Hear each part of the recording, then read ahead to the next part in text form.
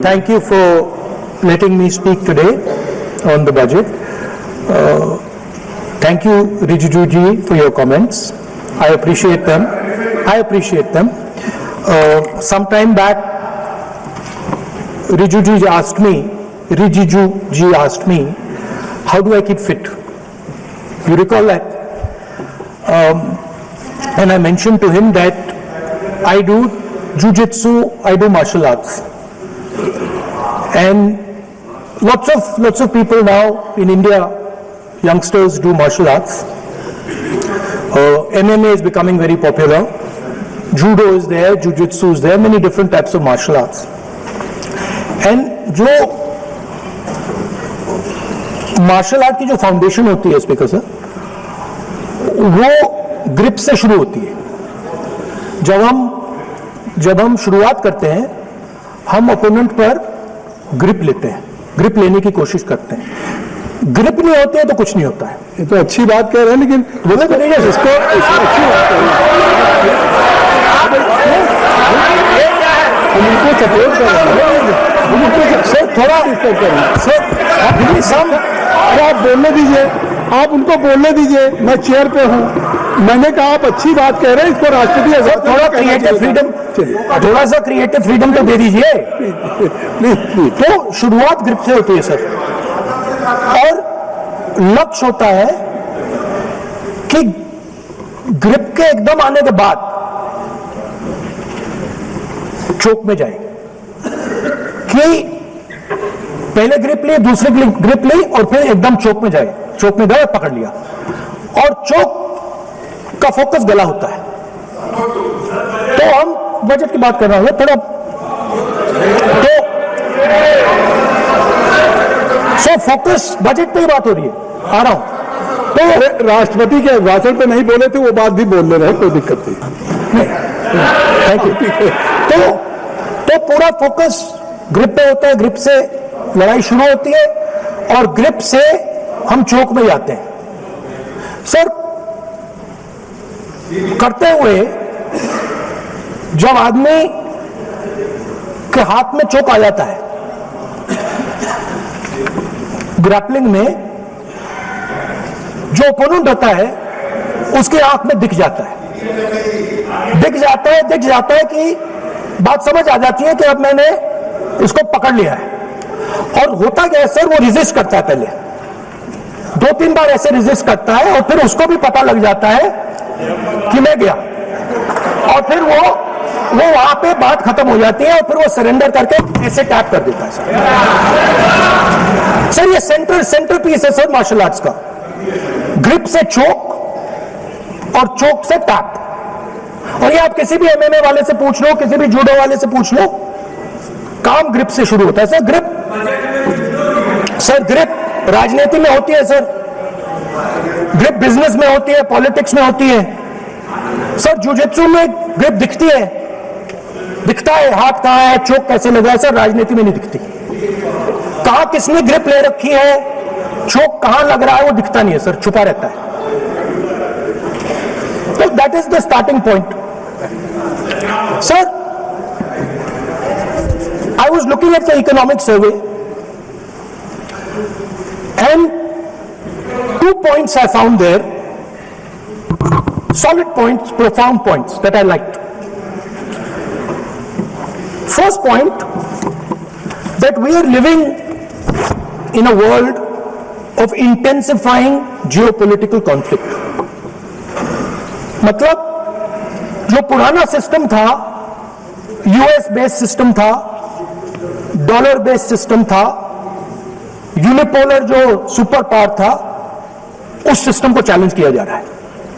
The dominance of the United states is being challenged by the Chinese, by the Russians, by other forces.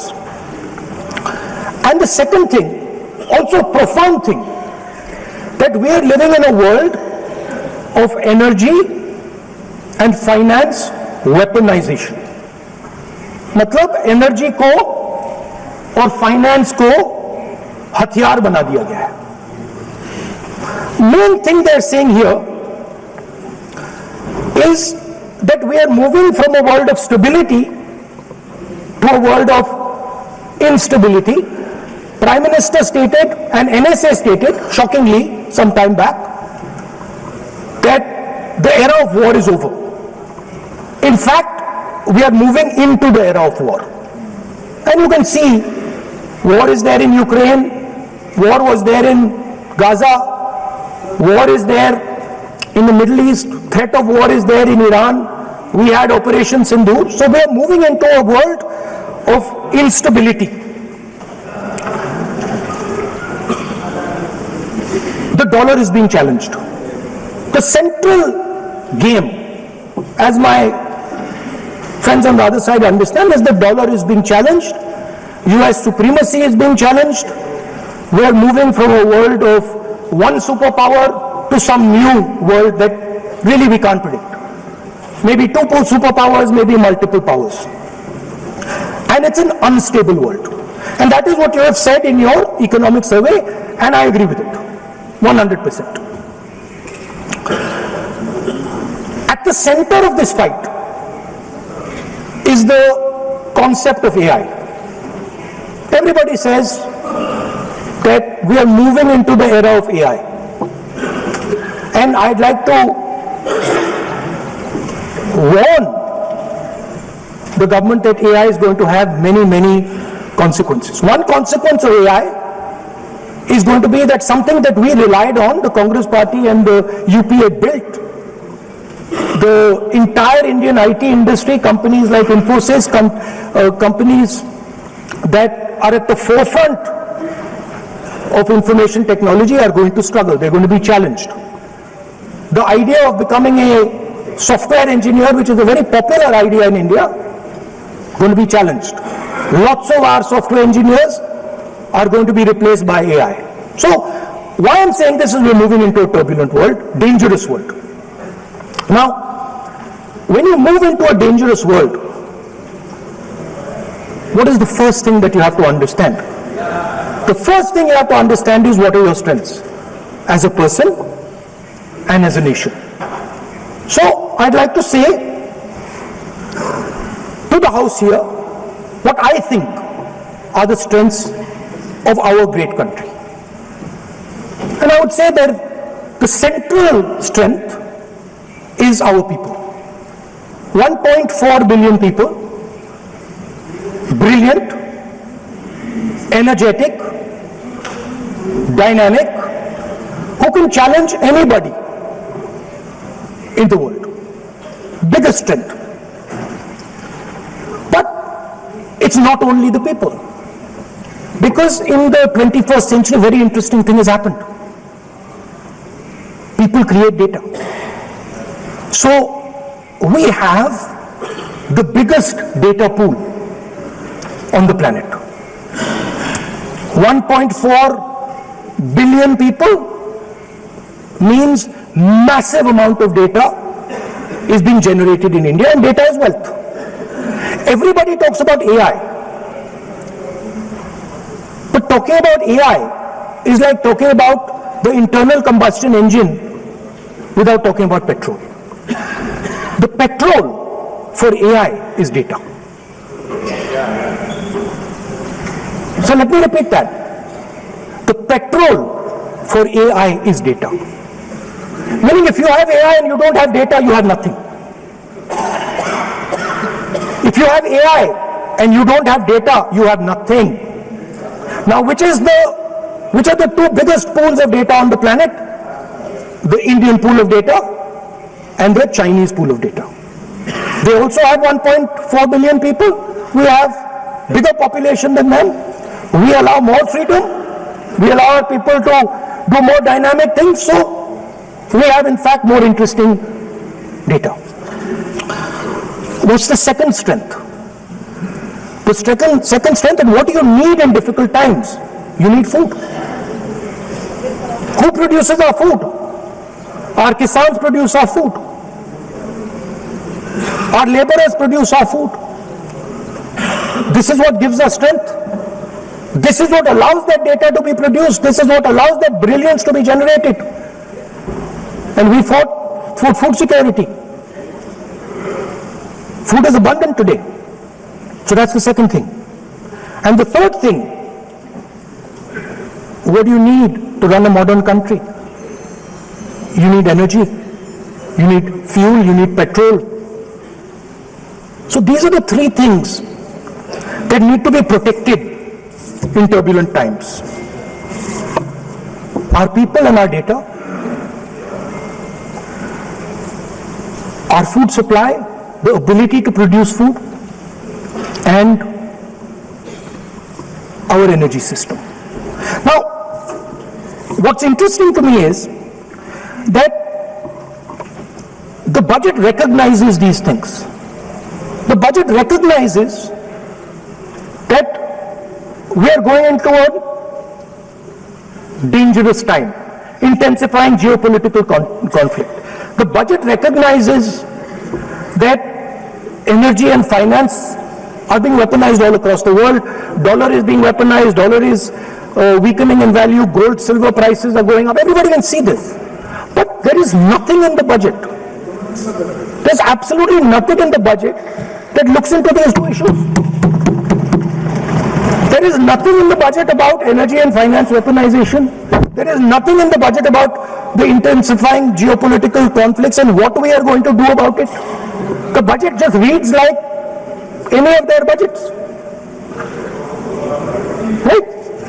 And budget is something, of course, that comes once a year.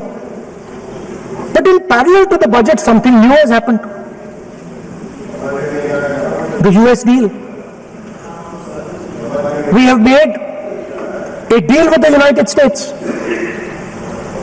Now,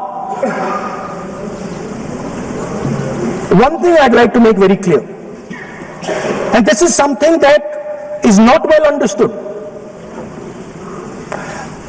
In a contest between the United States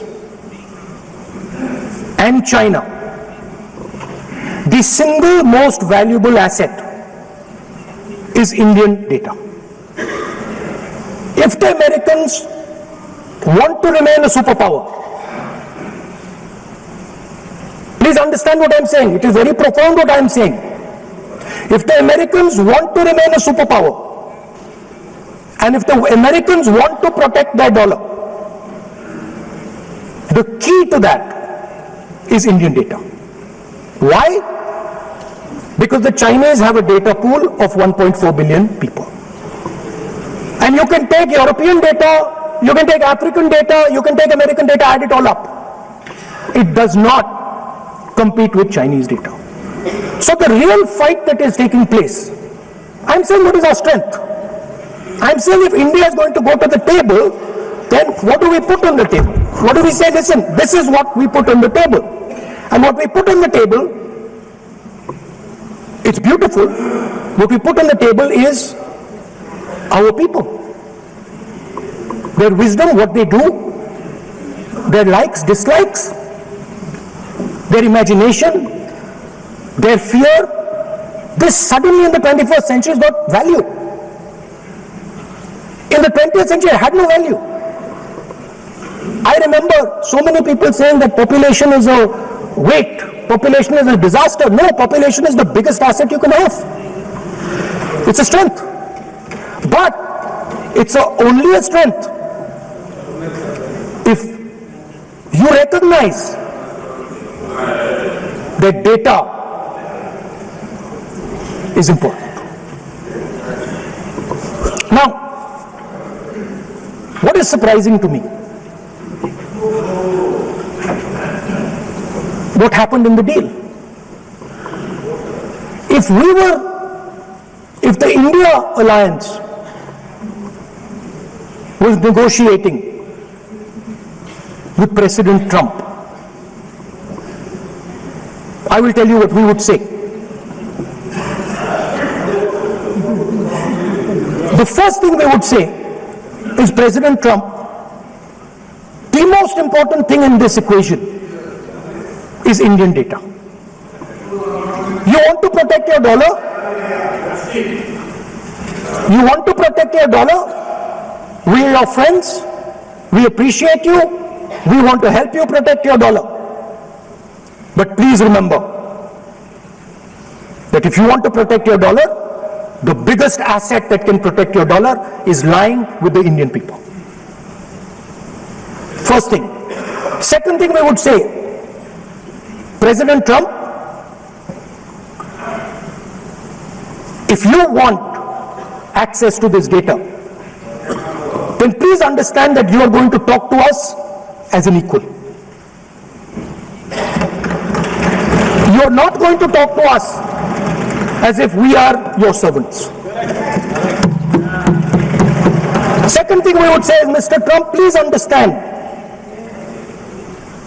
that our energy security is our energy security. And no matter what happens, we are going to protect our energy security.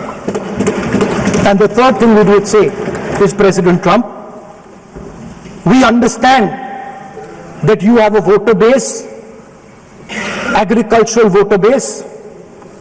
We understand that you need to protect your farmers, but we will also protect our farmers. But the main thing I'm saying is that an India Alliance government would go there and say, data is our biggest strength, now let us talk.